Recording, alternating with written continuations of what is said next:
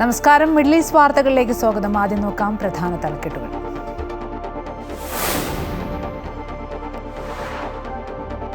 Hi tech cyber തട്ടിപ്പുകൾക്കെതിരെ കരുതിയിരിക്കണമെന്ന നിർദ്ദേശവുമായി UAE central ബാങ്കും പോലീസും. Email, message വഴിയുള്ള തട്ടിപ്പ് മെസ്സേജുകളോട് പ്രതികരിക്കരുത്. നിയമാനുസൃത ബാങ്കുകളോ ധനകാര്യ സ്ഥാപനങ്ങളോ വിശദാംശങ്ങൾ ആവശ്യപ്പെടില്ലെന്നും അധികൃതർ. അജ്ഞാത സ്രോതസ്സുകളിൽ നിന്ന് ഉയർന്ന വിലക്കുറവ് വാഗ്ദാനം ചെയ്തുകൊണ്ട് ലഭിക്കുന്ന പരസ്യ ലിങ്കുകൾ തുറക്കുമ്പോൾ ജാഗ്രത പാലിക്കണമെന്ന് കുവൈറ്റ് ആഭ്യന്തര മന്ത്രാലയം.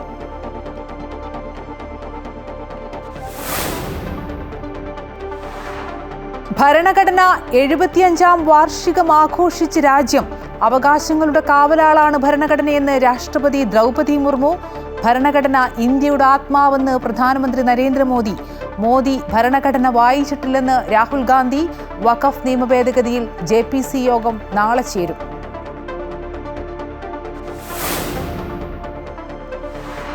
ഭരണഘടനാ വിരുദ്ധ പരാമർശത്തിൽ മന്ത്രി സജി ചെറിയാനെതിരെ ഗവർണർക്ക് പരാതി. അഡ്വക്കേറ്റ് ബൈജു നോയൽ നൽകിയ പരാതിയുടെ പകർപ്പ് അമൃത വാർത്തകൾക്ക്. ഗവർണറെ സമീപിക്കുന്നത് കേസിൽ ഹൈക്കോടതി പുനരന്വേഷണത്തിന് ഉത്തരവിട്ടതിന് പിന്നാലെ. Amrita news exclusive.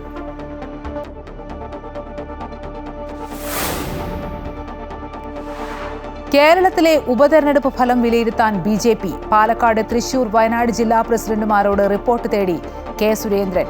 റിപ്പോർട്ട് ചർച്ച ചെയ്യാൻ അടുത്ത മാസം കൊച്ചിയിൽ യോഗം. പാലക്കാട് നഗരസഭാ കൗൺസിൽ യോഗത്തിൽ അംഗങ്ങൾ തമ്മിൽ വാക്കേറ്റവും തമ്മിലടിയും.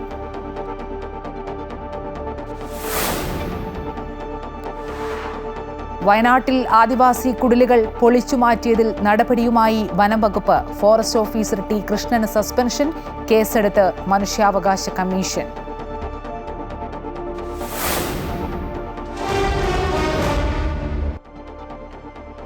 വിശദാംശങ്ങളിലേക്ക്. ഹൈടെക് സൈബർ തട്ടിപ്പുകൾക്കെതിരെ കരുതിയിരിക്കണമെന്ന നിർദ്ദേശവുമായി UAE സെൻട്രൽ ബാങ്കും പോലീസും. ഇമെയിൽ, മെസ്സേജ് എന്നിവ വഴിയുള്ള തട്ടിപ്പ് സന്ദേശങ്ങളിൽ മിക്കതിലും അക്ഷരപ്പിശകുണ്ടാകാമെന്നും ഇത്തരം മെസ്സേജുകളോട് പ്രതികരിക്കരുതെന്നും അധികൃതർ വ്യക്തമാക്കി.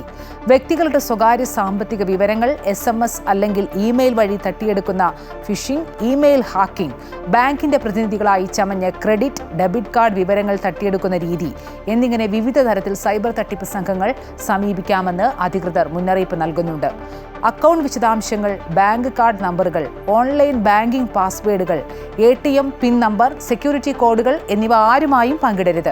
നിയമാനുസൃത ബാങ്കുകളോ ധനകാര്യ സ്ഥാപനങ്ങളോ ഒരിക്കലും അത്തരം വിശദാംശങ്ങൾ ആവശ്യപ്പെടില്ലെന്നും അധികൃതർ ഓർമ്മിപ്പിക്കുന്നു.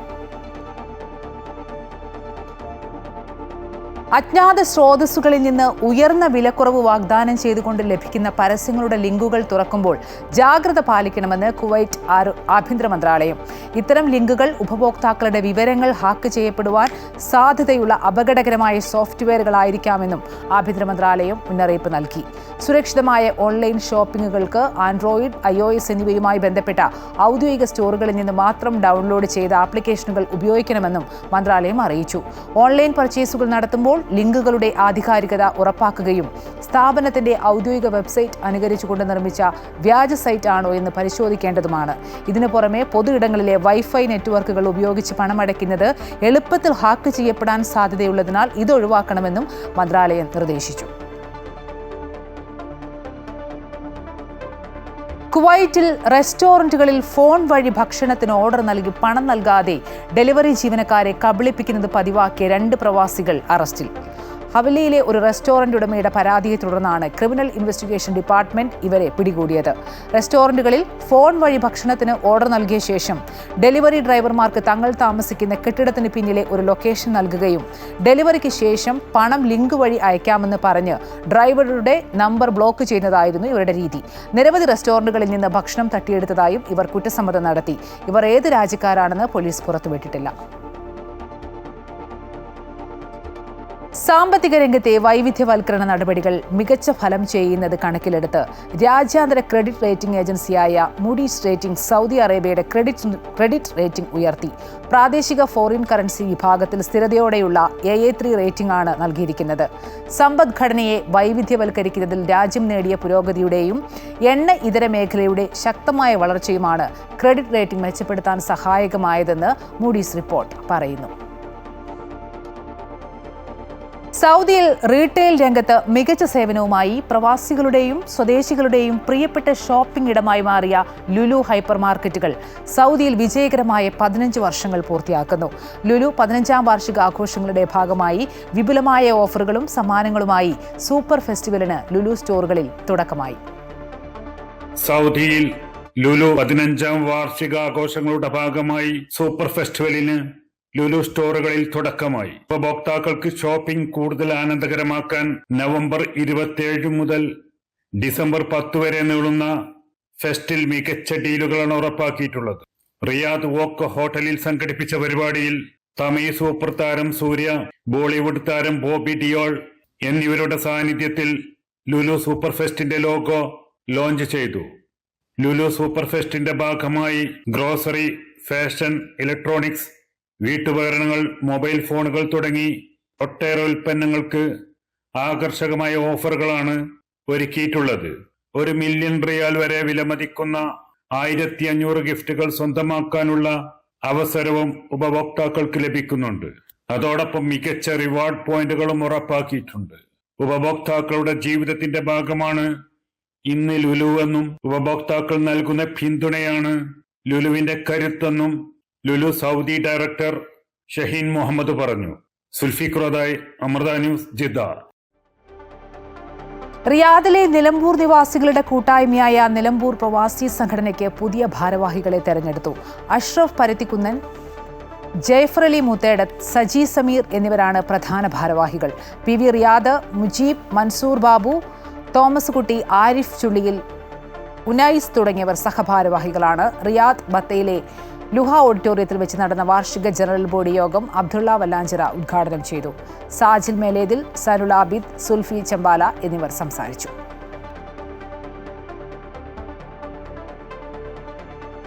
ഇനി മറ്റു വാർത്തകളിലേക്ക് വരികയാണെങ്കിൽ, ഇന്ത്യൻ ജനാധിപത്യത്തിന്റെ നെടും തൂണായ ഭരണഘടന അംഗീകരിക്കപ്പെട്ടതിന്റെ 75ാം വാർഷികാഘോഷങ്ങൾക്ക് തുടക്കമായി. അവകാശങ്ങളുടെ കാവലാളാണ് ഭരണഘടനയെന്നും ഓരോ പൗരനും അതിന്റെ മൂല്യങ്ങൾ ഉയർത്തിപ്പിടിക്കണമെന്നും രാഷ്ട്രപതി ദ്രൗപദി മുർമു. ഭരണഘടനയുടെ സംസ്കൃത പതിപ്പും 75 രൂപ നാണയവും സ്റ്റാമ്പും പുറത്തിറക്കി. ഇന്ത്യൻ ഭരണഘടനയുടെ 75ാം വാർഷികാഘോഷങ്ങളുടെ ഭാഗമായി പാർലമെന്റ് മന്ദിരത്തിലെ സെൻട്രൽ ഹാളിലെ സംയുക്ത സമ്മേളനത്തെ രാഷ്ട്രപതി അഭിസംബോധന ചെയ്തു. രാജ്യത്തെ ഏറ്റവും പവിത്രമായ ഗ്രന്ഥമാണ് ഭരണഘടനയെന്നും ഭരണഘടന സാമൂഹിക രാഷ്ട്രീയ മേഖലകളുടെ ആധാരശിലയാണെന്നും രാഷ്ട്രപതി പറഞ്ഞു. अपराध के स्थान पर सुरक्षा की भावना पर आधारित भारतीय न्याय संहिता, भारतीय नागरिक सुरक्षा संहिता और भारतीय साक्ष्य अधिनियम को पारित करके सांसदों ने आधुनिक सोच को अपनाने का प्रभावशाली परिचय दिया है. രാജ്യത്തെ ലോകശ്രദ്ധയിലേക്ക് എത്തിക്കാൻ ഭരണഘടനാ ശില്പികൾ ദീർഘവീക്ഷണം പുലർത്തിയെന്നും പാർശ്വവൽക്കരിക്കപ്പെട്ടവരുടെ നീതിയും ഭരണഘടന ഉറപ്പുവരുത്തുന്നുവെന്നും രാഷ്ട്രപതി കൂട്ടിച്ചേർത്തു. രാജ്യത്തിനത് അഭിമാന നിമിഷമാണെന്ന് ലോക്സഭാ സ്പീക്കർ പ്രതികരിച്ചു. ഭരണഘടന നൽകുന്ന സുരക്ഷിതത്വം താഴെത്തട്ടിൽ വരെ ഉറപ്പുവരുത്തുന്നുവെന്നും വസുധൈവ കുടുംബകം എന്ന ആശയത്തെ മുറുകെ പിടിക്കുന്നുവെന്നും ലോക്സഭാ സ്പീക്കർ പറഞ്ഞു. संविधान के अंगीकार होने के 75 वर्ष को जनता की सहभागिता के साथ एक उत्सव के रूप में मनाए, जिससे राष्ट्रप्रथम की भावना और अधिक सुदृढ़ हो. ഭരണഘടനാ സ്ഥാപനങ്ങളെ സംരക്ഷിക്കേണ്ട ബാധ്യത കൂടിയാണ് ഭരണഘടനാ ദിനം ഓർമ്മപ്പെടുത്തുന്നതെന്ന് ഉപരാഷ്ട്രപതി പറഞ്ഞു. അടിസ്ഥാന മൂല്യവും അടിസ്ഥാന കർത്തവ്യവും ഭരണഘടന ഓർമ്മപ്പെടുത്തുന്നു. പാർലമെന്റിലെത്തിയ രാഷ്ട്രപതി ദ്രൗപദി മുർമുവിനെ പ്രധാനമന്ത്രിയും ലോക്സഭ, രാജ്യസഭ അധ്യക്ഷന്മാരും ചേർന്നാണ് സ്വീകരിച്ചത്. സംയുക്ത സമ്മേളനത്തിൽ ഇന്ത്യ സഖ്യവും പങ്കെടുത്തു. ഇന്ത്യൻ ഭരണഘടനയുടെ 75ാം വാർഷികത്തിന്റെ സ്മാരക നാണയവും സ്റ്റാമ്പും രാഷ്ട്രപതി പുറത്തിറക്കി. News desk, Amrita TV. ഭരണഘടന ഇന്ത്യയുടെ ആത്മാവെന്ന് പ്രധാനമന്ത്രി നരേന്ദ്രമോദി. ജനാധിപത്യത്തെ നിലനിർത്തുന്നത് ഭരണഘടനയെന്നും 75 വർഷത്തെ വെല്ലുവിളികളെ നേരിടാൻ ശരിയായ പാത കാണിച്ചു തന്നു എന്നും പ്രധാനമന്ത്രി. അടിയന്തരാവസ്ഥയുടെ വെല്ലുവിളി നേരിടാൻ ഭരണഘടന സഹായിച്ചെന്നും പ്രധാനമന്ത്രി പറഞ്ഞു. साथियों, संविधान सभा की लंबी बहस के दौरान भारत के गणतांत्रिक भविष्य पर गंभीर चर्चाएं हुई थी. आप सभी उस डिबेट से भलीभांति परिचित हैं और तब बाबा साहब आंबेडकर ने कहा था Constitution is not a mere lawyer's document. Its a spirit is always the spirit of age. जिस स्पिरिट की बात बाबा साहब कहते थे वो बहुत ही अहम है। देश काल परिस्थिति के हिसाब से उचित निर्णय लेकर हम संविधान की समय समय पर व्याख्या कर सकें। ഭരണഘടനാ ദിനത്തിൽ പ്രധാനമന്ത്രി നരേന്ദ്രമോദിക്കെതിരെയും RSSനെതിരെയും വിമർശനവുമായി പ്രതിപക്ഷ നേതാവ് രാഹുൽ ഗാന്ധി. മോദി ഭരണഘടന വായിച്ചിരുന്നുവെങ്കിൽ ഓരോ ദിവസവും ഇങ്ങനെയല്ല പ്രവർത്തിക്കുകയെന്ന് രാഹുൽ ഗാന്ധി വിമർശിച്ചു. പാർലമെന്റിൽ ഭരണഘടനാ ദിനത്തിൽ നടന്ന ചടങ്ങിൽ സംസാരിക്കുകയായിരുന്നു രാഹുൽ. മോദി ഇന്ത്യൻ ഭരണഘടന അനുശാസിക്കുന്ന തത്വങ്ങൾ പാലിക്കുന്നില്ലെന്നും രാഹുൽ കുറ്റപ്പെടുത്തി.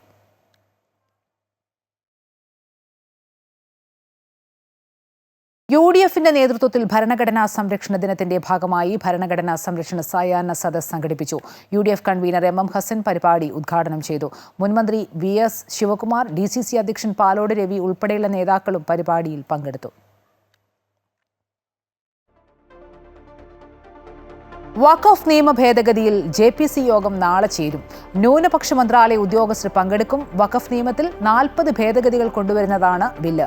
വഖഫ് കൗൺസിലുകളിലും സംസ്ഥാന വഖഫ് ബോർഡുകളിലും ഇനി മുതൽ വനിതാ പ്രാതിനിധ്യം ഉറപ്പുവരുത്തുക, UPA സർക്കാരിന്റെ കാലത്ത് വഖഫ് ബോർഡുകൾക്ക് നൽകിയ അധികാരം എടുത്തുകളയുക എന്നിവയാണ് ബില്ലിലൂടെ കേന്ദ്ര സർക്കാർ ലക്ഷ്യം വെക്കുന്നത്. ഭരണഘടനാ വിരുദ്ധ പരാമർശത്തിൽ മന്ത്രി സജി ചെറിയാനെതിരെ ഗവർണർക്ക് പരാതി. അഡ്വക്കേറ്റ് ബൈജു നോയൽ നൽകിയ പരാതിയുടെ പകർപ്പ് അമൃത വാർത്തകൾക്ക് ലഭിച്ചു. സജി ചെറിയാനെതിരായ കേസ് പോലീസ് കൃത്യമായി അന്വേഷിച്ചില്ലെന്നും തെളിവുകൾ ശേഖരിച്ചില്ലെന്നും പരാതിക്കാരൻ പറഞ്ഞു. ഹൈക്കോടതി കേസിൽ പുനരന്വേഷണത്തിന് ഉത്തരവിട്ടതിന് പിന്നാലെയാണ് ഗവർണറെ സമീപിക്കുന്നത്. Amrita news exclusive.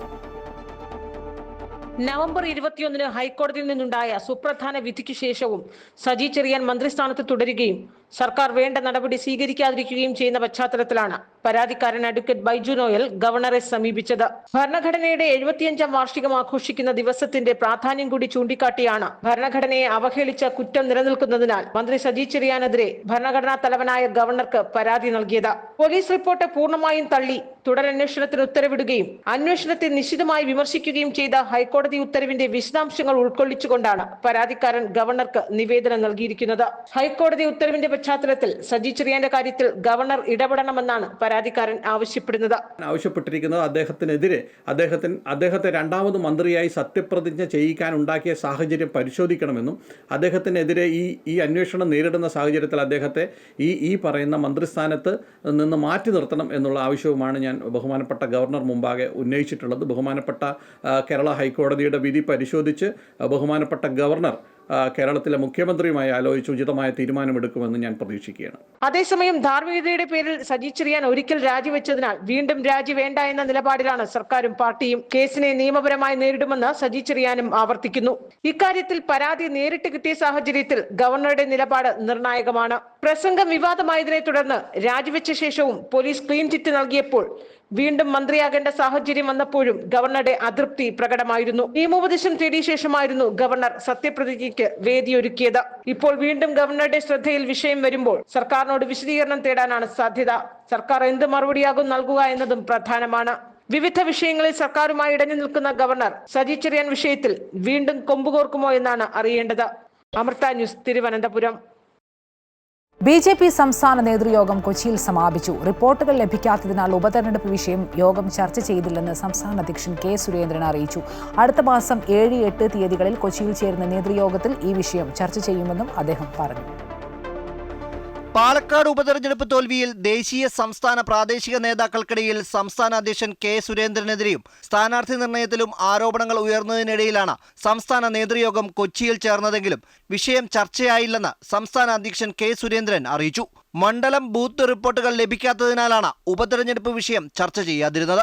അടുത്ത മാസം 7, 8 തീയതികളിൽ കൊച്ചിയിൽ നടക്കുന്ന യോഗത്തിൽ ഇക്കാര്യം ചർച്ച ചെയ്യുമെന്നും K. സുരേന്ദ്രൻ പറഞ്ഞു. നേതൃമാറ്റം സംബന്ധിച്ച മാധ്യമങ്ങൾ നൽകുന്ന വാർത്തയെയും അദ്ദേഹം വിമർശിച്ചു. ഉപതെരഞ്ഞെടുപ്പുമായി ബന്ധപ്പെട്ട വിഷയങ്ങൾ ഇന്ന് ചർച്ച ചെയ്തില്ല. കാരണം ഉപതെരഞ്ഞെടുപ്പുകൾ നടന്ന മണ്ഡലങ്ങളിൽ നിന്ന് റിപ്പോർട്ടുകൾ നമുക്കിതുവരെ ലഭിച്ചിട്ടില്ല. കാരണം വയനാട് ലോക്സഭയിലാണെങ്കിൽ 1300-ലധികം ബൂത്തുകളിൽ നിന്നുള്ള റിപ്പോർട്ടുകൾ വരണം. ചേലക്കരയിലും പാലക്കാടും 175, 180 ബൂത്തുകളിൽ നിന്നുള്ള റിപ്പോർട്ടുകൾ വന്നിട്ടില്ല. 7-8 തീയതികളിൽ ചേരുന്ന സംസ്ഥാന നേതൃയോഗം പ്രഭാരി ശ്രീ പ്രകാശ് ജാവ്ദേക്കറുടെയും സഹപ്രഭാരി ശ്രീമതി അപരാജിത സാരംഗിയും ആ യോഗത്തിൽ പങ്കെടുക്കുന്നുണ്ട്. അന്ന് വിശദമായിട്ട് ജില്ലകൾ സമർപ്പിക്കുന്ന റിപ്പോർട്ട് പരിശോധിച്ച് ചർച്ചയ്ക്കെടുക്കും. ഡിസംബർ അവസാനത്തോടെ മണ്ഡലതലം വരെയുള്ള പുനഃസംഘടന പൂർത്തിയാക്കുമെന്നും കെ സുരേന്ദ്രൻ പറഞ്ഞു. സംസ്ഥാനത്തെ മുതിർന്ന നേതാക്കളായ N Radhakrishnan, MT Ramesh, PK Krishnadas എന്നിവരുടെ അസാന്നിധ്യം ചൂണ്ടിക്കാണിച്ചപ്പോൾ സംസ്ഥാന അധ്യക്ഷൻ കെ സുരേന്ദ്രന്റെ മറുപടി ഇതായിരുന്നു. ഇന്നത്തെ യോഗത്തിൽ 14 പേർ വന്നിട്ടില്ല. എല്ലാ യോഗങ്ങളിലും ഒരു 5% ആൾക്കാർ വരില്ല. നിങ്ങളുടെ പത്രപ്രവർത്തക യൂണിയൻ്റെ സമ്മേളനങ്ങളിൽ 100% ആൾക്കാർ വരും. രാജ്യത്തെ ഏതെങ്കിലും ഒരു പ്രസ്ഥാനത്തിൻ്റെ യോഗങ്ങളിൽ 100% ആൾക്കാർ വരും. പാർലമെൻറ്റ് നടക്കുമ്പോൾ പോലും 100% ആൾക്കാർ വരില്ല. അമൃത ന്യൂസ്, കൊച്ചി. പാലക്കാട് ഉപതെരഞ്ഞെടുപ്പിൽ BJPക്ക് വോട്ട് കുറഞ്ഞതിനെക്കുറിച്ച് നേതാക്കൾ ഭിന്നാഭിപ്രായങ്ങളാണ് പങ്കുവെക്കുന്നത്. പാലക്കാട് പാർട്ടിയിലെ പ്രശ്നങ്ങളെക്കുറിച്ചും നേതൃയോഗത്തിനെത്തിയ നേതാക്കൾ പ്രതികരിച്ചു. BJP ഏറെ പ്രതീക്ഷയർപ്പിച്ചിരുന്ന പാലക്കാട് ഉപതെരഞ്ഞെടുപ്പിലെ തോൽവിക്ക് ശേഷം കൊച്ചിയിൽ ചേർന്ന സംസ്ഥാന നേതൃയോഗത്തിന് ഏറെ പ്രാധാന്യമാണ് രാഷ്ട്രീയ കേരളം നൽകിയത്. ഇക്കാര്യത്തിൽ മണിക്കൂറുകൾക്ക് മുമ്പ് വരെ നടന്ന പാർട്ടിക്കുള്ളിലെ അസ്വാരസ്യങ്ങൾ നേതാക്കളിൽ നിന്നും മറനീക്കി പുറത്തുവരാതിരിക്കാൻ കേന്ദ്ര സംസ്ഥാന നേതൃത്വങ്ങൾ നടത്തിയ നീക്കവും ഏറെക്കുറെ വിജയിച്ചു. തനിക്കെതിരെ പാലക്കാട് നഗരസഭ അധ്യക്ഷ പ്രമീള ശശിധരന്റെ പ്രതികരണം വികാരപരമായിരുന്നുവെന്നും പിന്നീട് അവർ കാര്യങ്ങൾ മനസ്സിലാക്കിയതായും സ്ഥാനാർത്ഥിയായിരുന്ന C കൃഷ്ണകുമാർ പറഞ്ഞു. നഗരസഭാ ചെയർപേഴ്സൺ അവർക്ക് പ്രത്യേകമായിട്ട് പാർട്ടി ഏൽപ്പിച്ച ചുമതലകളുണ്ടായിരുന്നു.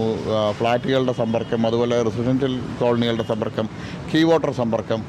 സ്ഥാനാർത്ഥി നഗരപ്രദേശത്ത് പര്യടനം നടത്തുന്ന സമയത്ത് സ്ഥാനാർത്ഥിയുടെ കൂടെ ഇതിലെല്ലാം അവർ സജീവമായിട്ടുണ്ടായിരുന്നു. അപ്പോൾ അത്തരത്തിലുള്ള ആരോപണങ്ങളെല്ലാം പാർട്ടിക്ക് അത്തരത്തിലുള്ള യാതൊരു വിധത്തിലുള്ള പരാതികളും ഇല്ല. സ്ഥാനാർത്ഥി എന്നുള്ള നിലയ്ക്ക് എനിക്കുമില്ല. ഇതെല്ലാം മാധ്യമ സൃഷ്ടികളാണ്. ഞങ്ങളവിടെ ഒരൊറ്റക്കെട്ടായിട്ടാണ് തെരഞ്ഞെടുപ്പിനെ നേരിട്ടത്.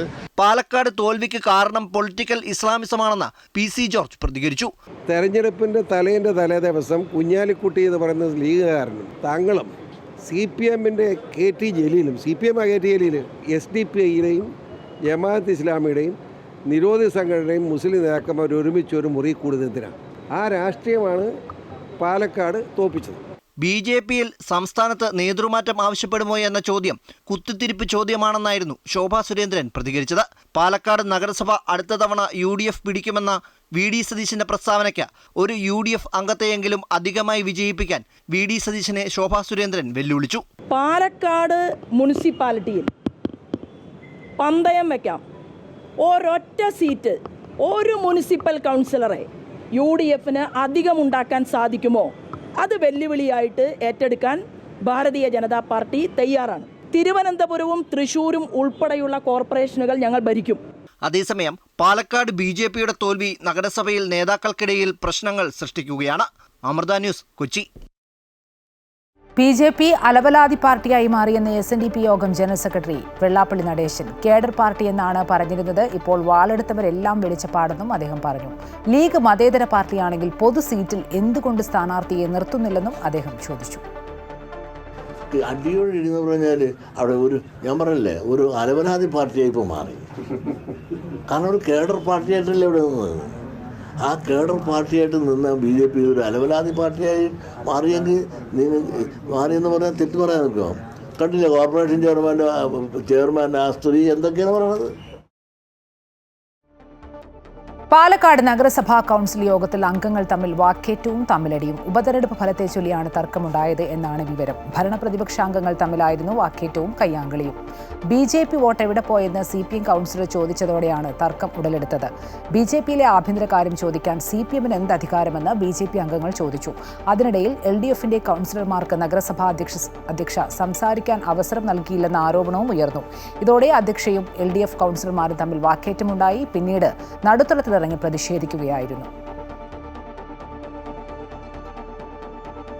ശരണാമൃതം സമർപ്പിക്കുന്നത് GDS ഉപാസന അഗർബത്തീസ്. വ്രതശുദ്ധിയുടെയും നന്മയുടെയും നാളുകൾ പരിശുദ്ധമാക്കാം മിൽമയ്ക്കൊപ്പം.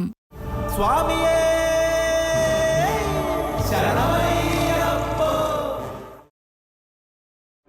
ശബരിമല 18ാം പടിയിൽ നിന്ന് പോലീസ് ഉദ്യോഗസ്ഥർ ഫോട്ടോ എടുത്ത സംഭവത്തിൽ വിമർശനവുമായി ഹൈക്കോടതി. ഇത്തരം സംഭവങ്ങൾ ഒരു തരത്തിലും അംഗീകരിക്കാനാകില്ലെന്ന് കോടതി വ്യക്തമാക്കി. സന്നിധാനത്തെ പോലീസ് ഉദ്യോഗസ്ഥരുടെ പ്രവർത്തനം പ്രശംസനീയമാണ്, എന്നാൽ ഇത്തരം നടപടികൾ അനുവദനീയമല്ല. ശബരിമല തിരുമുറ്റത്തും സോപാനത്തിലുമുള്ള മൊബൈൽ ഫോൺ ഉപയോഗിച്ചുള്ള വീഡിയോ ചിത്രീകരണം സംബന്ധിച്ച് എക്സിക്യൂട്ടീവ് ഓഫീസർ റിപ്പോർട്ട് നൽകണമെന്നും ദേവസ്വം ബെഞ്ച് നിർദ്ദേശിച്ചു. ശബരിമല സന്നിധാനത്തിന് മുന്നിൽ 18ാം പടിക്ക് പുറംതിരിഞ്ഞു നിന്ന് പോലീസ് ഫോട്ടോഷൂട്ട് നടത്തിയതിനെതിരെ രൂക്ഷ വിമർശനമാണ് ഹൈക്കോടതി ദേവസ്വം ബെഞ്ച് നടത്തിയത്. സംവിധാനത്തെ പോലീസ് ഉദ്യോഗസ്ഥരുടെ സേവനം പ്രശംസനീയമാണെങ്കിലും ഇത്തരം ബാലിശമായ കാര്യങ്ങൾ അനുവദിക്കാനാവില്ലെന്ന് കോടതി വ്യക്തമാക്കി. തിരുമുറ്റത്തും സോപാനത്തും 18ാം പടിയിലും മൊബൈൽ ഫോൺ ഉപയോഗിച്ചുള്ള വീഡിയോ ചിത്രീകരണം സംബന്ധിച്ച് എക്സിക്യൂട്ടീവ് ഓഫീസർ വിശദീകരണം നൽകണമെന്നും കോടതി നിർദ്ദേശിച്ചു. നിലയ്ക്കൽ, പമ്പ, സന്നിധാനം എന്നിവിടങ്ങളിൽ തീർത്ഥാടകരിൽ നിന്നും അമിത തുക ഈടാക്കുന്ന കച്ചവടക്കാർക്കെതിരെ കർശന നടപടികൾ സ്വീകരിക്കണമെന്നും കോടതി നിർദ്ദേശത്തിലുണ്ട്. ബന്ധപ്പെട്ട എക്സിക്യൂട്ടീവ് ഓഫീസർമാർ ഇടയ്ക്കിടെ പരിശോധന നടത്തി കുറ്റക്കാർക്കെതിരെ നടപടി സ്വീകരിക്കണം. അമൃത ന്യൂസ്, കൊച്ചി. മണ്ഡല മഹോത്സവത്തിന് നട തുറന്നിട്ട് 10 ദിവസം പിന്നിട്ടതോടെ കാനനപാതയിലെ തിരക്കും കൂടുകയാണ്. ദിവസവും ആയിരക്കണക്കിന് ഭക്തരാണ് കാടിന്റെ ഭംഗി നുകർന്ന് അയ്യനെ കാണാൻ എത്തുന്നത്. എരുമേലി, കാളകെട്ടി, അഴുത, കരിമല വഴി എത്തുന്നതാണ് പ്രധാന കാനനപാത. സത്രത്തിൽ നിന്ന് പുല്ലുമേട് വഴി നേരെ സന്നിധാനത്ത് എത്തുന്നതാണ് രണ്ടാമത്തെ പാത. രണ്ടും കാട് തെളിച്ചാണ് തീർത്ഥാടനത്തിനായി തുറന്നുകൊടുത്തത്. തീർത്ഥാടനം തുടങ്ങി 10 നാൾ പിന്നിട്ടതോടെ കാനനപാത സജീവമായി. 2 പാതകളിലുമായി ഇതുവരെ 10,000-ഓളം തീർത്ഥാടകരാണ് എത്തിയത്. അഴുതക്കടവ്, സത്രം എന്നിവിടങ്ങളിൽ രാവിലെ 7-ന് കാനനപാത തുറക്കും. അഴുതക്കടവിൽ നിന്ന് രാവിലെ 7 മുതൽ ഉച്ചയ്ക്ക് 2:30 വരെയും സത്രത്തിൽ നിന്ന് രാവിലെ 7 മുതൽ ഉച്ചയ്ക്ക് 1 വരെയുമാണ് തീർത്ഥാടകരെ കടത്തിവിടുന്നത്. ഭക്തിക്കൊപ്പം കാടിൻ്റെ സൗന്ദര്യം ആസ്വദിക്കാൻ കഴിയുന്ന യാത്ര തീർത്ഥാടകർക്കും ഏറെ പ്രിയങ്കരം. നീളം മുഴുവൻ മാറും, ഉന്മേഷം ഉണ്ടാകും. അയ്യപ്പനെ കണ്ട് പുണ്യം നേടാനുള്ളൊരു ഭാഗ്യമായിട്ട് ഇവിടെ കുളിച്ച് പോകുന്നതുകൊണ്ട് നമുക്ക് അനുഭവമുണ്ട്. നമ്മുടെ എല്ലാ കാര്യങ്ങൾക്കും ഒരു നല്ല ഉണർവ് കിട്ടാനായിട്ട് ഒരു കുഴി കുളിച്ച്. പാതയിൽ തീർത്ഥാടകർക്കാവശ്യമായ സഹായത്തിനായി വിവിധ സർക്കാർ വകുപ്പുകളും തയ്യാറെടുപ്പുകളുമായി രംഗത്തുണ്ട്. തീർത്ഥാടകരുടെ സുരക്ഷയ്ക്കായി വനം വകുപ്പും പ്രത്യേക ഒരുക്കങ്ങളാണ് നടത്തിയിട്ടുള്ളത്. പാതയുടെ പല ഭാഗങ്ങളിലും ഭക്തർക്കാവശ്യമായ ലഘുഭക്ഷണം, ശീതളപാനീയം, പഴവർഗ്ഗങ്ങൾ എന്നിവയും ലഭ്യമാക്കിയിട്ടുണ്ട്. വന്യമൃഗങ്ങളുടെ സാന്നിധ്യമുള്ളതിനാൽ സന്ധ്യയ്ക്ക് മുൻപ് സുരക്ഷിത കേന്ദ്രങ്ങളിലെത്താൻ കഴിയുന്ന വിധത്തിലാണ് തീർത്ഥാടകരെ അഴുതക്കടവിൽ നിന്നും സത്രത്തിൽ നിന്നും കടത്തിവിടുന്നത്. അഴുതക്കടവിൽ നിന്നും 4 മണിക്കൂറും സത്രത്തിൽ നിന്ന് 3 മണിക്കൂറും വേണം സന്നിധാനത്തെത്താൻ. തീർത്ഥാടനം പുരോഗമിക്കുന്നതോടെ കൂടുതൽ ഭക്തർ കാനനപാത വഴി എത്തുമെന്നാണ് പ്രതീക്ഷിക്കുന്നത്. അതുകൊണ്ട് തന്നെ തീർത്ഥാടകർക്കായി കൂടുതൽ സൗകര്യങ്ങൾ ഏർപ്പെടുത്താനുള്ള നടപടികളുമായി മുന്നോട്ടു പോവുകയാണ് വിവിധ വകുപ്പുകൾ. ക്യാമറമാൻ പി ശശികാന്തിനൊപ്പം അജയ്നാഥ്, അമൃത ന്യൂസ്, സന്നിധാനം. ശബരിമല ശ്രീധർമ്മശാസ്ത്ര ഓഡിറ്റോറിയത്തിൽ മേയ്പ്പയറ്റ് അഭ്യാസ കാഴ്ചകളുടെ വിസ്മയമൊരുക്കി MVG CVN കളരി. 26 കളരികൾക്ക് കീഴിൽ 1000-ലധികം പേർ കളരി അഭ്യസിക്കുന്ന MVG CVN കളരിയുടെ തിരുവനന്തപുരം, കൊല്ലം, പത്തനംതിട്ട കളരികളിലെ വിദ്യാർത്ഥികളാണ് അയ്യപ്പന് മുന്നിൽ അഭ്യാസ കാഴ്ചകൾ ഒരുക്കിയത്.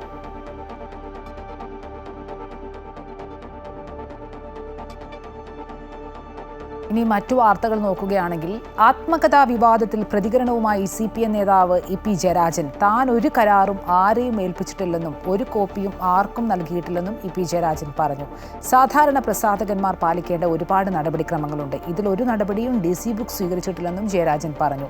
ഇതിൽ ഗൂഢാലോചനയുണ്ടെന്നും ഇത് ബോധപൂർവമായ നടപടിയാണെന്നും ജയരാജൻ കണ്ണൂരിൽ പ്രതികരിച്ചു. ആസൂത്രിതമായിട്ടുള്ളൊരു പദ്ധതിയാണത്. അത് തെരഞ്ഞെടുപ്പിനെ അലങ്കോലപ്പെടുത്തുക, അതുവഴി പാർട്ടിയെ പരാജയപ്പെടുത്തുക, ഇടതുപക്ഷ മുന്നണിയെ പരാജയപ്പെടുത്തുക, അതുവഴി പാർട്ടിക്കകത്തും പുറത്തും എന്നെ ഇടിച്ച് തകർക്കുക. ഇത് ആസൂത്രിതമായൊരു ഗൂഢാലോചനയാണ്. ഇത് ആസൂത്രിതമായിട്ടുള്ളൊരു പരിപാടിയാണ്. ഞാൻ ഒരു കോപ്പിയും ഒരാൾക്കും കൊടുത്തിട്ടില്ല.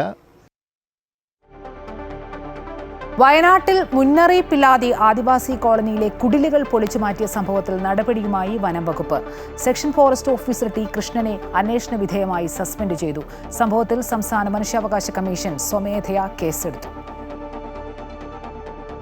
വയനാട് കൊല്ലിമൂലയിലെ ആദിവാസി കോളനിയിലെ കുടിലുകൾ പൊളിച്ചു നീക്കിയ സംഭവത്തിൽ കർശന നടപടി സ്വീകരിക്കാൻ കഴിഞ്ഞ ദിവസം വനമന്ത്രി AK ശശീന്ദ്രൻ നിർദ്ദേശിച്ചിരുന്നു.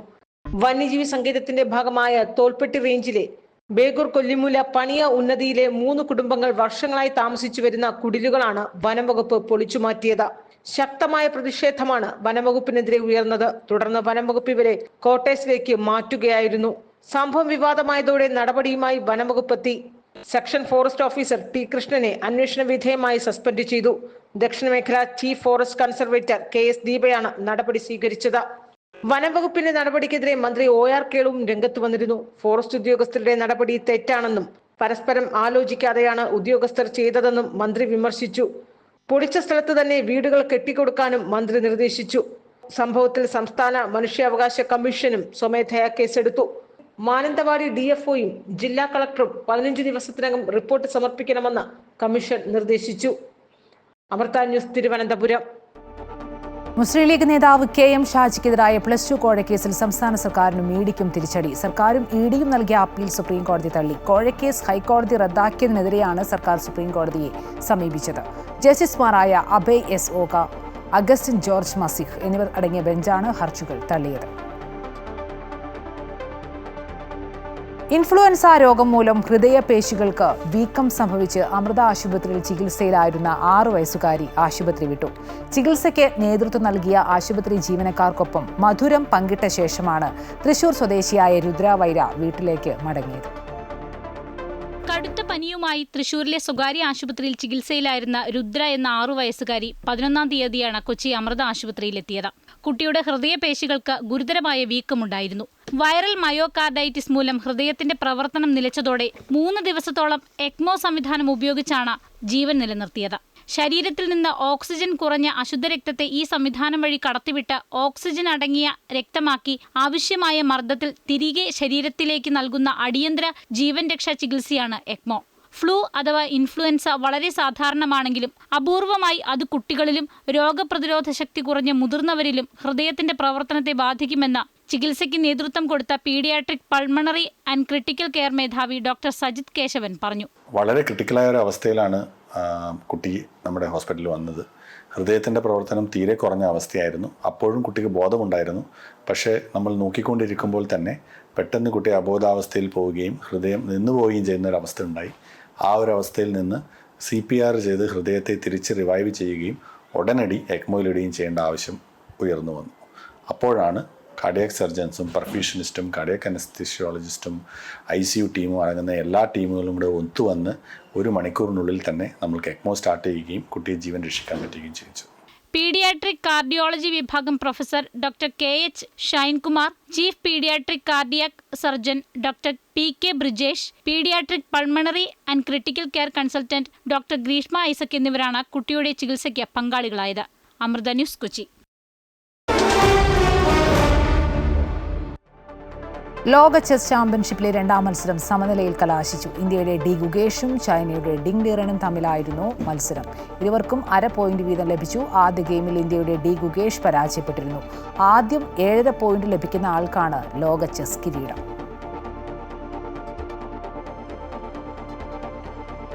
ഇതോടെ മിഡിൽ ഈസ്റ്റ് വാർത്തകൾ പൂർണ്ണമാകുന്നു. കൂടുതൽ വാർത്തകളും വിശദാംശങ്ങളും അമൃത ന്യൂസ് യൂട്യൂബ് സന്ദർശിക്കുക.